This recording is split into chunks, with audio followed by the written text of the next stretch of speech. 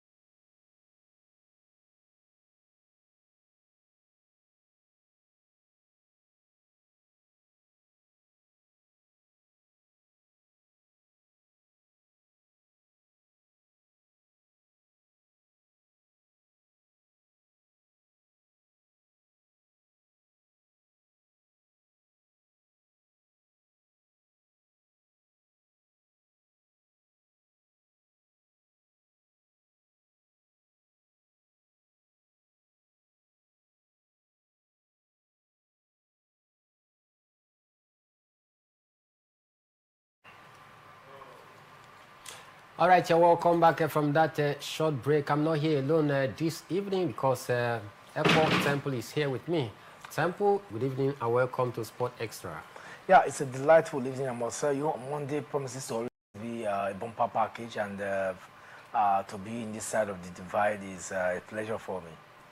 All right, always a pleasure to talk sport on the show, but then we must start from the angle where things are really happening, talking about the African Cup of Nations, because the Super Eagles have returned to their African Cup of Nations base in Fez to begin preparations for their semi-final clash against Morocco following their quarterfinals victory over Algeria out there in Marrakesh over the weekend. A brief statement from the team's media officer, Promise Foge, on Sunday said the squad was back to their base at the ancient city of Morocco, adding that they held a recovery session at the Sardine Football Complex in Fez as they began tactical preparation ahead of Wednesday's clash against the hosts. Tempo, it was such a glorious display from the Super Eagles as they took away Algeria. Now attention focuses on Wednesday's game, and massive preparation have started in earnest. But first off, let's talk about that victory over Algeria. It was such a comprehensive display, one that so many football followers across the globe have said this is the form of European standard kind of football. And some have said that these current Super Eagles, yes, are favored to win this African Cup of Nations, going by the way they start. They have 14 goals scored, 4 conceded, one of the best, in fact, their best attacking side, and they came up against the best defending side, talking about Algeria, and they sent them packing. What do you make of that match? I think that match, many will talk about that match for a very long time. I've seen glimpses of highlights, different angles of punditry emanating from that game. And the reason is simple, because the Algerian national team came into that game the top 5 of the African ranked team. They've qualified for World Cup. They have some of their players play in Africa, play in some of the best leagues in Africa, and that tells you how compact and organized they've been. They played 3 games in the group and won all of them. They had, in fact, they considered just 1 goal into that encounter against Nigeria. So you can see that in all ways, when you place them on the balance of scale, Nigeria performance and the Algerians, they are in a similar. The only difference is the goal margin that the Super Eagles had as against Algeria. And that's why a lot of people felt that this is going to be one of the most tricky games the Super Eagles will be tested. And that burning desire came through, in the class. So it's not far-fetched why many are talking about this game. And the game is also similar to what we're going to see next. Now, let's take a look at that game.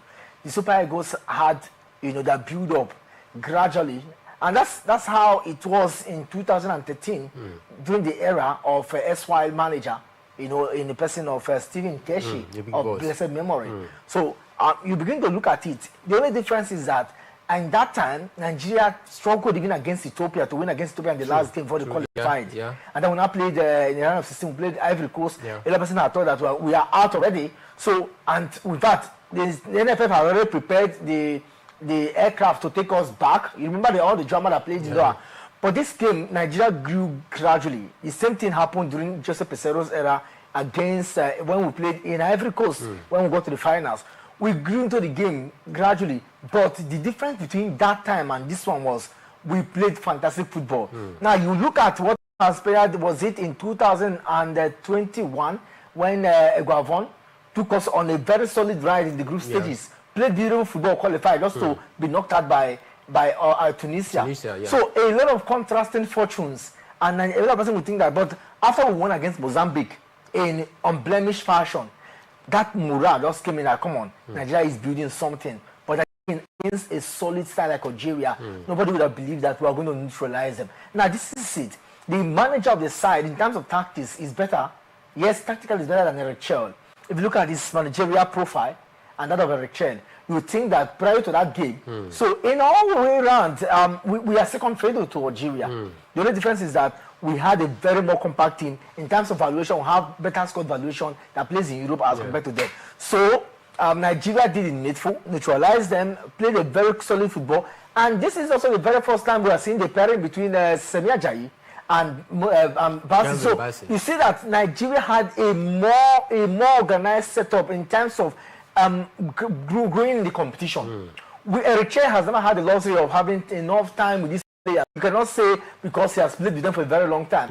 This is the same man who assumed responsibility last January, and he has not had the time to play with them, except for United Cup that they played somewhere some time ago. But not even with the complement of the whole team. So systematically, you will argue that the Super Eagles got better preparations during this Africa Cup of Nations. And Eric Chell, I think one thing going for Eric Chell is the fact that he is a humble coach who was able to manage the egos of these players, manage his own backroom staff.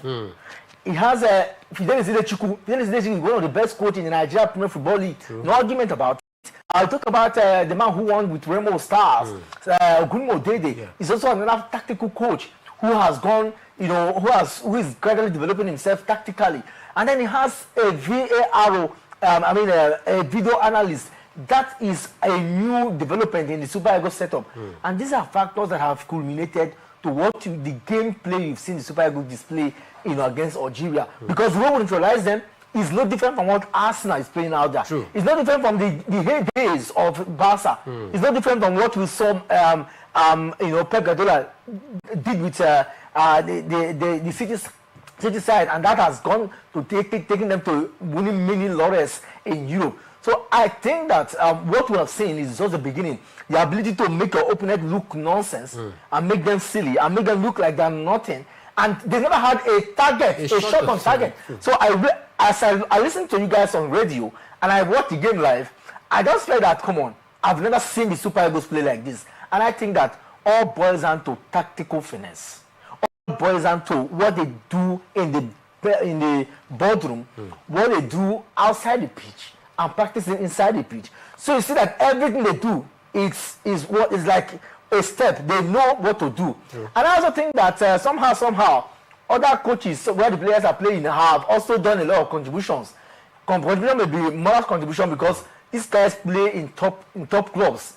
So somehow too, you look at what the players are playing in their clubs, the coach bring it back to their club and see how far they can do. Iwobi initially started was a very, I don't like his style of play, but look at how Iwobi is now one of the best passer of the ball in the African Cup of Nations. So generally I think that we're more compact. The ability to keep Sanusi on the bench and bring in Bruno in the left, in the fullback, was another good tackle brilliance. Look at what Samuel is doing in your image. It's beautiful. He has been able, in fact, that area, Nuno Dean, the guy that scored against, they scored the last goal against DR Congo, that made them qualify. I think that yes, against DR Congo, that 2 minutes ago goal that he scored before the penalty, if not, it would have been penalty. That guy that scored for the Nigerian side came in and they neutralized him like it was nothing. So on average, I think that the Super Eagles of Nigeria, had a better developmental and tactical step in that game. And I think that if you play this style of football,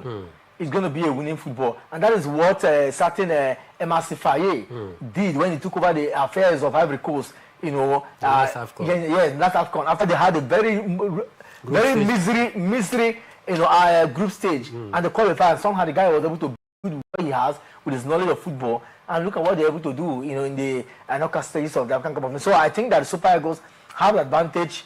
I just hope that they will do the same against the Atlas Lions of Morocco. All right, you saw the beautiful game, the champagne football, the tiki-taka. Yes, this is what the Super Eagles plays right now. The game against Algeria was a clear testament to how far this team has evolved. At Tempo, many have been singling out Victor Osimhen, Lukman Ademola, Ako Adams for their brilliance. But then there is this player who, for me, I think he is the unsung hero, talking about Alex Iwobi. He has completed the breakline passes so far in this tournament, and some of those slaky killer pass, defense splitting passes that we are seeing of Iwobi. This is something that we've not seen of him for a very long time, and some were not probably happy with Alex Iwobi. But then, since Eric Chell took over, Iwobi has become entirely a different player as we speak altogether. What do you make of the contribution of Alex Iwobi to this team? Surprisingly, I'm one of those players who has always been very skeptical about the performance of Alex Iwobi, and this is the truth, because I feel that the way he played doggedly in the colours of Fulham is not the way he plays whenever he plays in the national team. But guess what? I think the pitch has also given more glorious, play, and then the setup of Eric Chell, he brought in. I think the double pivot of Wilfred Ndidi and Frank Onyeka has been able to give him that creativity, yes, to really express himself, and I think that has really been an advantage. Onyeka is a very physical player, true, who is also very attacking minded, and then when you have a player like Ndidi who sit back and soak those pressures to help the defense, then you can allow those. Sometimes he makes mistake. There are two mistakes he made. I shouted. I didn't recognize when I shouted beyond my voice. Our team, more like he was hearing me. But I think that in terms of laying those killer passes, in terms of displaying, attacking and spreading passes, he's at the same level with Bassi. Kevin Bassey in terms of passes from the team. True. But take nothing for granted. Iwobi has been a very fantastic player. I just hope that he continues. What is lacking now is that ability to score more goals. True. But of course, when you have players like Ademola Lookman, players who are good like Ako Adams and Victor Osimhen, you don't really need to bother about scoring goals. All you need to do is to create the chances of the players to score goals. All right, we'll see how the Super Eagles will fare in their next game. All right, enough of the talking points of the last game. Now the focus is about the next game, which comes up on Wednesday against the host. Talking about Morocco. Tempo preparation have started in earnest, and the team, they are back to their base where they started the group stage. Talking about fees as they continue massive preparation ahead of. The next clash against the host, talking about Morocco. You think that coming back to Fils, where they played all their group games, will help them to settle down properly? I think Fils has been a very good place for them. And of course, the new laws of the game adopted or implemented by CAF, that movement's about. I just think that the players are happy with it.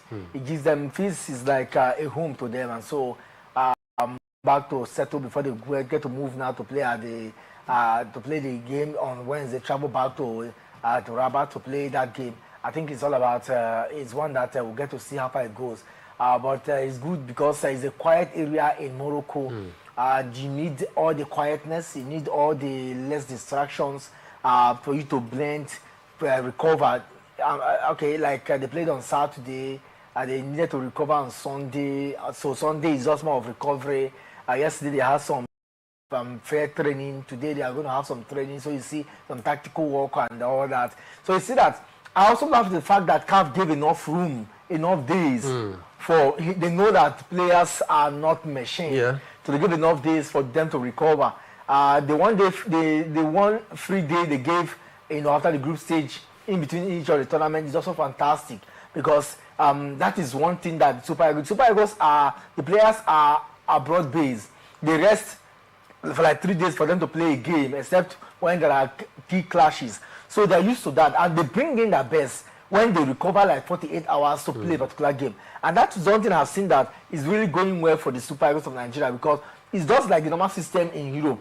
They rest for like at least 48 hours or 78 hours or 72 hours to play a game, and the rest again to play over the weekend. So you see that it's a good balance for them. And I'm not surprised. A lot of factor playing in, but I just think that this will be a good one. When you play in Fizz, the atmosphere, build up, a place you have been before, just more like preparing and getting to see what you have to do against the host. And I tell you, it will not be business as usual when they play against the host.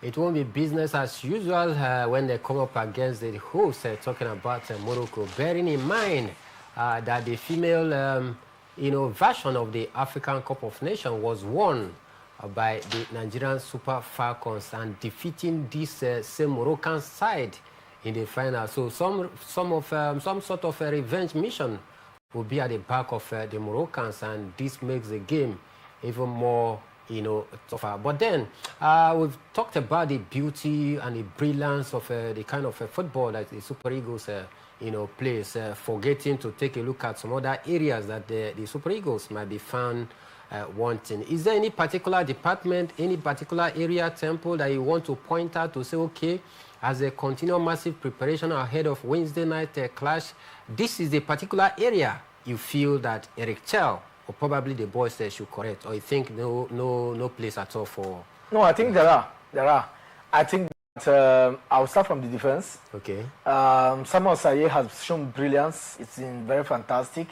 But if he fails to recover brilliantly, I think that we're going to have an issue there because that is the side that Ibrahim Diaz plays, swaps wing, and to also trouble the defense because they're going to have a Kebi, play from the top player, and Ibrahim Diaz has a way of flirting between the both side of the game. So it needs to be fantastic. Now, I do not think that the Algerians utilize, maybe because of the compact of the midfield, because before that game, we have always said that he who wins the midfield battle wins that game. And Nigeria, they installed their chieftaincy rights in the midfield, gave all their best, and you can see the magnetic effect of what is it called, Onyeka, Iwobi, and then Ndidi. So I think that if Ndidi will not be playing this game, so that's another thing now, because Eric Che will now start to think who will come in there. Will it be? I don't know how he's going to do. Maybe Onyeka will have to go back to that place. But I think that's going to be a problem. If they can get that place right, then we're going to see. Because if that place is porous, it gives the room for the players to come in. And Kabi will go in from that place. And that's how good. Because if you test Ajayi and Basi, I think that if you try that 3 times, the ability of making mistakes is very likely. Because somehow Basi has been very good in helping out Bruno to go forward while he covers the left wing. And if you have an attacking side like the Moroccans that come in all flair, then you have to be you have to have a defensive midfield maestro who can cage and ensure that those balls don't get through, so that those players, as they go forward, they can recover easily. So I think that will be a challenge there. So if you sort out the challenge of that number 4, that will be good, because it will give the balance of play. And then I do not know whether he's going to stick with Iwobi and bring in who to replace You know, because if Onyeka has to go to the number 4, then you have to bring in somebody to take over. I'm also thinking how he's going to do that. So that is that. Then Akko, if Akko must play in the game against Morocco, then Akko needs to be told not to be missing those glorious chances. Because see, those don't come calling all the time. And against big teams like Morocco, who are playing in front of their home, the Super Eagles will be intimidated big time. Now, don't forget that the game we played against Algeria, the referee somehow intimidated, you know, the Algerians, never gave them room to express themselves, you know, he was always at 10 because he knew that these guys are always going to take me for granted if I do not install my authority in that game. So Nigerians need to work their emotions because a lot will happen and the emotions will be boiled, will be tested. You need to work on those emotions. The psychology in the team needs to do his work now to calm the pressure of the guys, tell them, come on, this is what will happen. You know, unveil to them, more like, you know, visualize how the play will be like. If the guys play down their emotion and allow football to reign in their heart, I tell you, it doesn't matter what the fans are doing, it doesn't matter what the players coming to the party, they are going to deliver the goods because they are going to take it easy and play to their best, and that is how it will be. So I think that Eric needs to work on that defense. Mwambali is another player that I cannot forget, because I look at the way Mwambali is playing. Thanks goodness to the guys who are playing in the defense in midfield. Otherwise, Mwambali is tested 3 times, we're going to concede goals. I'm telling you, because I feel that Mwambali is not healthy enough. And yeah, you can call it mimic, you can call it fake that he falls and all that, but he has a very serious injury. The guy is just determined to play this type of nation. These are some of the times that the player will say, okay, no, let me keep it on the bench. But the fear factor of having him play for us is another thing altogether. I don't think he's fantastic that Mwambali we saw in Ivory Coast. I think that Mwambali needs to be worked upon and cautioned too, to be very mindful to deliver his best. So if we can get this done, a call talk to, we can get Demola Lukman, you know, spring those passes, shooting. I discovered that Demola Lukman, we had a lot of glorious chances that you can strike. We have gotten more than 4 goals in that encounter. We're playing in the final third, and come on, you don't do that when you play against a big side like Morocco, because the Moroccan team play more like the Paris Saint-Germain. Hakimi brings in the style of play from his team, and it looks as though they are very compact like that side. So you're going to strike at their striking ability. Hakimi is a very good guy when it comes to those dead balls. So if we have a Victor Osimhen who is good in that dead ball, then don't forget too that they too are very good in dead balls. So take opportunity, because one shot on target can make a whole lot of difference. The goalkeeper can go the wrong way, and that does it. So I think that our players need to be very clinical in utilizing opportunities. Super Eagles players need to be very clinical in utilizing the opportunity that will come their way, because it's a game of 50-50, a game of brilliance, and it is a battle of supremacy is going to be come Wednesday. All right, Egypt's talisman, talking about Mohamed Salah, has expressed a caution over Senegal's strong contingent of Europe-based players ahead of their 2025 AFCON semi-final clash in Tenga on Wednesday. Egypt edged past defending champion Ivory Coast 3-2 in the quarterfinals on Saturday, and will now face Senegal for a place in the final. In a repeat of the 2021 AFCON final, Salah, who is 33, scored Egypt's 3rd goal in the quarterfinal win and set a new AFCON record by scoring against 11 different national teams. The Liverpool forward is also 1 goal away from becoming Egypt's all-time leading goal scorer in the tournament. Very genuine concern that Mo Salah is raising. He's telling his teammates about, the star-studded Senegalese team that is made up of Europe-based players. And if you take a look at it for reality, this is just the truth, that the Senegalese side, they are full of European stars out there, and the Egyptians, they need to be very wary with the Senegalese team. Yeah, I think the Egyptians we need to be very wary in the sense that the Senegalese team also possess almost similar player setup like the Ivorians. Now the difference is that the Ivorians are more deadly because they have a way of coming out of games as compared to the Senegalese. Senegalese have they've had the upper hands in games. They go in front, so that advantage has always They've only just gone behind once. And you can never tell how good they can be when they play against a tough team like Egypt. And come to think of it, apart from the Ivorian game that had the Pharaohs play most likely because they played more like 12 times, and the Egyptians have had the upper hands whenever they play together on head-to-head counts. I think that another tested game will be this one against Senegal because it's to be a repeat of the 2021 final that they had. And I think that Mo Salah will want to, for Mo Salah, he's at the brink of history. Okay, this will be his last African Cup of Nations, you know, with the colors of the Pharaohs. So expectedly, everybody plays just because of this guy. They want to get this guy win this trophy. He scored 4 goals now, and I think that if it depends on the chances that come calling, he still stand a chance of getting to, you know, win more for himself. But see, what they're playing is that they have another player in Sadio Mane who may not be at the peak like he was with Liverpool some time ago. But come on, this guy also possesses the respect and adornment from his fellow players.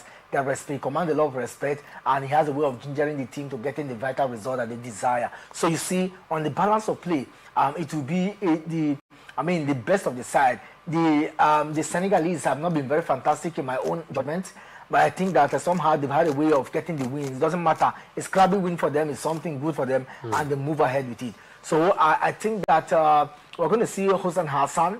Hossein Hassan, for me, doesn't look like a manager who has all the best of tactics because the Egyptians have been struggling with possession of ball. And in modern day football, if you don't possess the ball, you cannot win games. True. So arguably, you can say that somehow is the magical beauty from the players that have gone out to win those games. And somehow, too, the players capitalize on the failures of their opponent.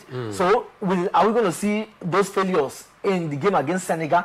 Because Hossein Hassan, for me, tactically, no disrespect to his personality, he has been there. He was one of the. In fact, he has a very good time with the side some time ago. He himself with El Hadri, you know, the goalkeeper of the side. So you think that if he can coach the team and get to become one of the best players that has also want to become a manager to also win like Stephen Keshi of blessed memory, then the argument is you must do everything possible to get past the Senegalese, and it won't be easy because the Senegalese are very physical. The Egyptians too have to be very physical on the day. And I think that at first half we saw the ball possession 73 at about 27, and that was very poor for an Egyptian side. Unfortunately, they scored those goals against the run of play. Yeah. So you see, will they be fortunate against Senegal to score a 3 minutes goal? I keep my finger crossed, but I tell you, it will be a very strong cracker for them. If they do not but somehow too, the fire powers of the Senegalese have not seen it. They have a very good attacking free, but I've not really seen the team. They don't play as a unit. You know, they've shown some individual brilliance that have won them or gotten them this far. But take nothing for granted. When you play at this level, a lot of factors come to play. Take your chances. The best players come to the party and then get to see tactical activities, you know, playing. All these will be factors to watch out for when they play on Wednesday. It's going to be a showdown, yes, come Wednesday. This is the first time, just in case you don't know, that we are having all 4 semi-finalists, yes, having one African Footballer of the Year in their squad. You talk about the Super Eagles, we have 2 in the person of Luke Nada and Victor James Osimhen.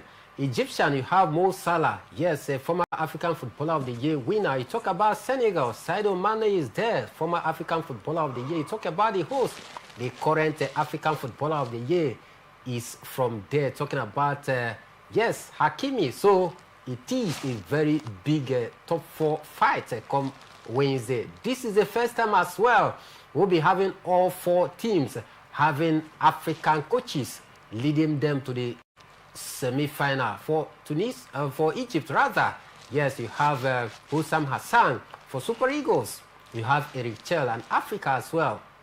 You talk about Senegal, Papato.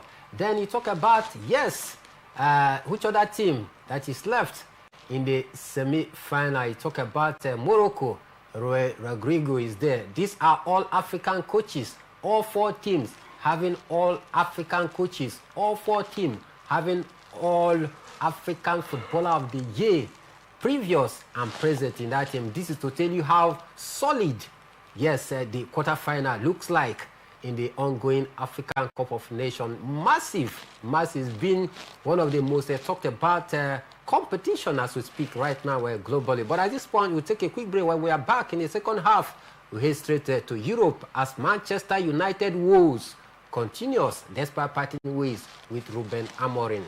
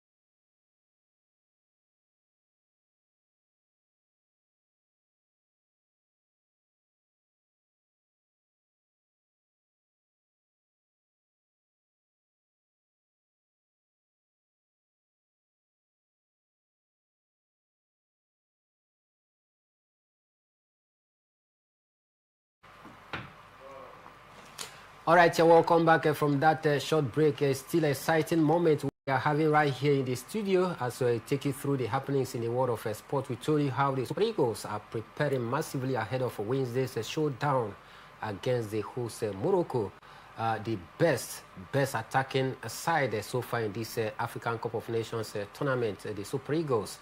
Where would the pendulum swing? That is the question from so many pundits across the globe as the tension is building. But then it's time for we to talk about Manchester United because United problems mounted as the managerless Red Devils crashed out of the FA Cup after a 2-1 defeat, which they suffered in the hands of Brighton yesterday.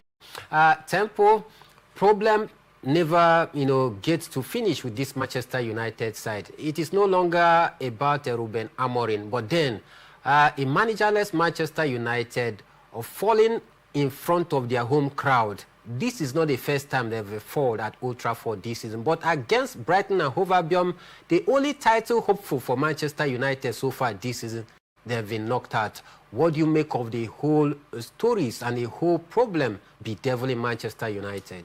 I think it's also unfortunate that we're going to get back to the Manchester United saga.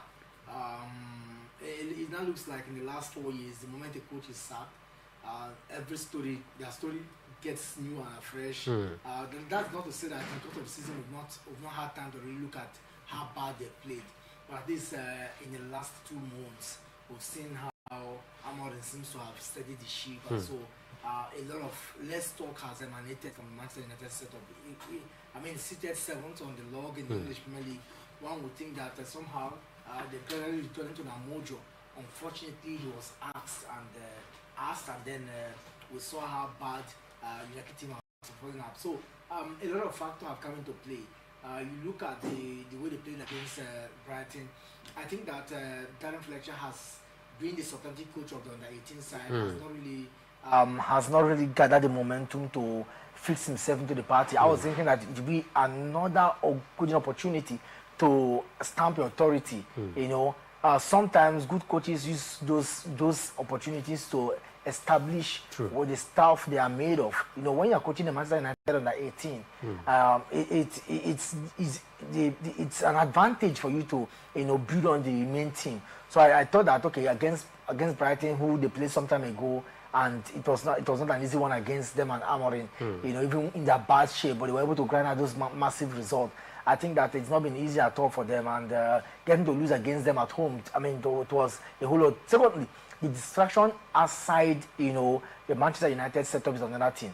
Take a look at the former players, the likes of Ferdinand, Gary Neville, Paul Scholes, talk about Wayne Rooney. All of them sat with, you know, the legendary Sir Alex Ferguson, so they knew the player. But they forget that this is not the same level of play as compared to their days. And so when they make those assertions, to me, I think it's a distraction to the team because of the legendary effort and the height and the glory that they achieved together. Naturally, every core Manchester United fan believes in these players, these ex-players. Every punditry that they make somehow is a distraction to the team. And it doesn't matter who is the coach of the side. So the coach, I mean, the would-be coach or substantive coach, we start thinking of how to curtail the excesses of these players. I'm not in they try, but come on, you cannot run away from God. These guys are all English players. They are pundit in making, and they always come attacking you at every inch. So I think that these are part of the reason why it looks like a whole lot is happening. And then we must tell ourselves the truth. Manchester United needs to get the experienced players. Over the years, that's what Arsenal has been grappling with. They try, but somehow they have no name. They have no, I mean, the coach is one thing. Coach brings tactics. And then as time progresses, gets names. You know, who was Gabriel Mahangalis, you know, before now. But over time, consistently, the guy became a known name, a known figure, you know, and they got other players too that needed to build his side. And that's how a winning team emerged. So I think that, yes, you want to say that Manchester United in the days of Alex Ferguson stayed like 3-4 years for them to start winning with Alex Ferguson. And so you want to argue that no coach has ever was given the opportunity to stay that long. Games have changed. Times have changed. We need to appreciate that part. So I think that a lot is really happening with Manchester United side. Ordinarily, it wouldn't have been a bad play. Okay, they had lost when it was, but losing a cup in January, just after the festive period, after the sack of Amorim, it brings back the fresh memory of the internal issues in the club. So it looks like it heightened it. Otherwise, that the glorious activities of Amorim in the last 2 months doused the tension a little bit. But the fact that the man openly attacked the hierarchy, and that resulted to his termination of contract, you know, and then all eyes will not be who becomes Manchester United coach. So whosoever wears that shoe, whether on an interim basis or on substantive basis, I have a lot of questions to answer. And if you don't answer it in the field of play, then you have to face the route. And that is what is just happening with Darren Fletcher. That is what is happening with Darren Fletcher. Meanwhile, the search for a substantive manager for Manchester United continues. But we hear that on the interim basis, the likes of Paul Scholes, the likes of Michael Carrick and Ole Gunnar Solskjaer are the two frontliners leading the race to become the interim boss of Manchester United. Temple, you take a look at these two names, Michael Carrick and Ole Gunnar Solskjaer. No doubt, both Manchester United legend, But then in terms of their coaching credentials and capacity, which of these two names would you have preferred on the interim basis for Manchester United? Or better still, do you think that Manchester United should go outrightly for a substantive coach other than the and the trial and error method of going to Carrick or even Ole Gunnar Solskjaer? I think what they want to do now is to stable the ship. Just the way they got Ruben Amorim. Maybe get somebody who will hold on till the end of the season. We just have barely 4 months out to the end of the season. So arguably, you are not sure who you want to give a contract. Manchester United have a lot of internal issues, and so you don't want to take the risk of giving a contract to somebody who you are just, a book that you have not seen its details, so the best is wait. I agree with the hierarchies, wait till the end of the season. But then the question is, with Manchester United seated 7th right now, it's just a matter of time. They will be kicked out from top 10 if the results do not go that way, because I do not see Darren Fletcher. Come on, see, there's something about games. When you keep losing games, especially the way they lost against Brighton, I think that dampened the morale. And see, they have to contend with Arsenal in the coming days, play with Manchester City in the coming days, and play with some of the teams. So these players build up the momentum, to play in. Sesko has not really been the best of players in terms of Bowen will be coming back, so maybe we'll get to see complement. Diallo is going to be back, but can these players be well harnessed with an interim coach like Ole Gunnar Solskjaer, who was also blacklish, when he was there? True. So a whole lot. Maybe Carrick. Yes, Garrick little, but I still think that the fact that he was a poor player of the side and that distraction will be so obvious. But I agree with the hierarchies that get an interim manager who will hold on, and get to watch how it goes, and then hope that things go better. But Manchester United players also will need to. I also assume that you need to go for players. This is January. Get some complement of new players. We don't want to do that. That's what part of the reason why they had issues with Amorim. So if you get players and get to see areas, gray areas in the team, maybe you can fill up. But then, can an interim manager, have the opportunity to do those things now with the board giving your full authority to buy players? Is another thing altogether. Another thing altogether. Meanwhile, let me serve you the full results of the FA Cup round 3 that took place over the weekend as Derby County lost at home to Leeds 3-1. Bournemouth 1, Arsenal 4, Hull City 0, Blackburn Rovers 0. Norwich City beat Walsall 5-1. Sheffield United lost at home to Mansfield 4-3. Swansea 2. West Bromwich Albion 2. West Ham United beat Queen's Park Rangers 2-1. Manchester United, like we told you, lost at home to Brighton 2-1. Charlton, yes, were beaten at home by Leicester 2-0. Everton played 1-1 against Sunderland. Maxfield beat Crystal Palace 2-1 to send them packing, the defending champion. Wolves also beat Shrewsbury Town 6-1. Boham Wood were beaten by Bolton Albion 5-0. Burnley beat Millwall 5-1. Doncaster Rovers also lost at home to Southampton 3-1. Fulham 3, Middlesbrough 1, Ipswich Town 2, Blackpool 1, Manchester City 10, Excel City 1, Newcastle United 3, Bournemouth 3. Sheffield Wednesday lost at home 2-0 to Brentford, while Stoke City beat Coventry City 1-0. Bristol 5, Watford 1. Cambridge United 3, Birmingham City. Cambridge United 2, Birmingham City 3. Grimsby Town 3, Weston Super War 2. While Tottenham Hotspur were beaten by Aston Villa 2-1. Charlton Athletic with Chelsea's new coach, yes, Liam Rosenio, beat Charlton 5-1. That is for Chelsea. All right, away from that, let's talk about the big one. That is the El Clasico, as Barca retained the Spanish Super Cup with a 3-2 El Clasico win over Real Madrid in Saudi Arabia with Rafinha, yes, the hitman who made the difference with his brace. Tempo, building up to this very one, we thought, considering how Barcelona disgraced Madrid last season in the same cup tie, 5-2. This time around, they were going to get a pound of revenge, but then it didn't pan out that way. 3-2 as the Spanish, the Catalan giants, Barca, won the Super Cup. This is another troubling time for Xavi Alonso. What do you make of the future of Alonso?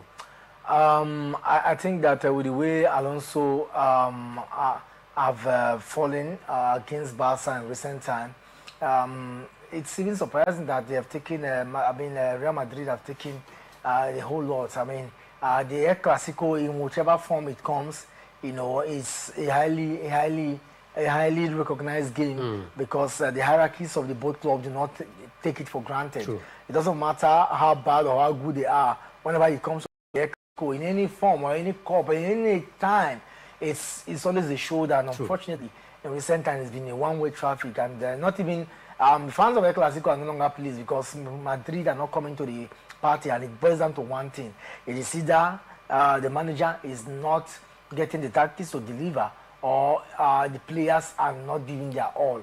And I think that for a team that knows Madrid, you know that the coach has a very bigger role to play in terms of delivering of results. So don't tell me that it's because Mbappe is not at the best of form and so he's not getting it right. I think that Madrid have to look at it critically. If they fail to win this league this season, I think that they might be forced to review in terms of contract. I'm not a fan of the top coaches being sacked. The last coach that never did so well at Madrid sacked him was Julian Lopetegui. Yeah. You know, who was a shadow of himself when he was appointed. A total misplaced priority, you know, in his era. But I think that with what this guy have done with Bayer Leverkusen, I don't think that he should be struggling. So I'm wondering why he's struggling, you know, because all the support has been given to him. Tactically, he has not been very fantastic. You know, he's very inconsistent in terms of result. He wins one today, struggle the next time. I mean, we saw Carlo Ancelotti did great with this same crop of players and you know, get more. So I'm just wondering why he is really struggling. And until he wakes up, not win one game today and then shout blah blah blue. You need to win and constantly win. That is why they are known as the White Towers. You need to win games and be unblemished. Go all out. Barca should not be. I mean, I'm wondering why Barca is now posing much problem both in the league, in every facet of play. And personally, I am not very pleased because of the sentiment I attach, you know, with the club side. Yes, Barcelona, the Catalan-based club, continue to reign supreme over the Los Merengues as they enjoyed a victory over Real Madrid over the weekend in the Super Cup. We defeated them 3-2 with Rafinha. Scoring brace before Robert Lewandowski added, you know, what seems to be the icing on the cake.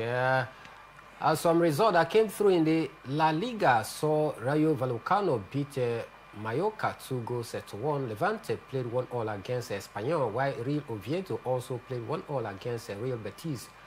Villarreal beat Deportivo Alaves 3-1. Girona got a beat of Osasuna 1-0. Valencia were held at home by Elche 1-1.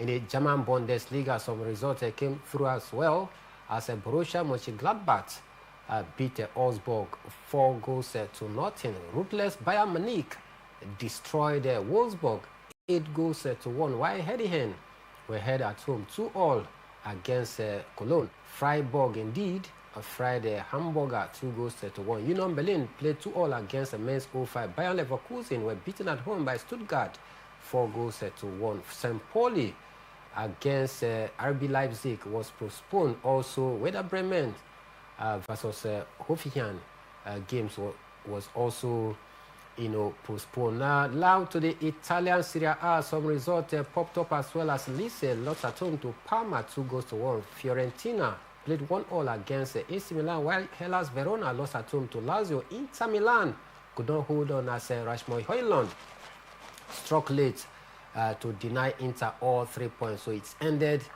2-2 between Inter and Napoli. Czech Fabregas Como played 1-1 against Bologna, while Udinese also played 2-2 against Pisa. AS Roma beat Sassuolo 2-0. Atalanta without Lukman Ademola beat Torino 2 goals to nothing. These are some of the big results for the, French Cup. We saw some results that came through as well as Sochaux lost at home to Lens. These are some of the big results over the weekend. But there are some matches that is set to go down tonight as we speak because Liverpool will be in action. Yes, as also La Liga, we see Sevilla playing host to Celta Vigo, while in the Italian Serie A, Genoa will host Cagliari. The old ladies talking about Juventus will be at home against Cremonese. As I told you, that Liverpool is welcoming Barnsley in the FA Cup third round. Paris FC will travel away to play Paris Saint-Germain in what promises to be, the counter of Paris. We have no time. I believe that you've enjoyed every bit of the gist that we have for you in the world of sports this evening. A lot of sporting stories, but time is always the constraining factor. Tempo, it's been a nice one doing this with you this evening. Of course, always a pleasure to come here and talk sports. All right, I did a show this evening alongside Ekpo Temple. I hope you enjoy all the incisive and top-notch analysis that we brought to you on the show this evening. Our sports extraordinaire goes to no other person than Rafinha. You know why? Rafinha made history with his 2 goals against Real Madrid in the Spanish Super Cup final, becoming the first player to score in 2 consecutive Super Cup finals. So he is our sport extraordinaire. My name is Emmanuel Michael, the Prime Minister of the Airways, and we are saying have a very beautiful night ahead.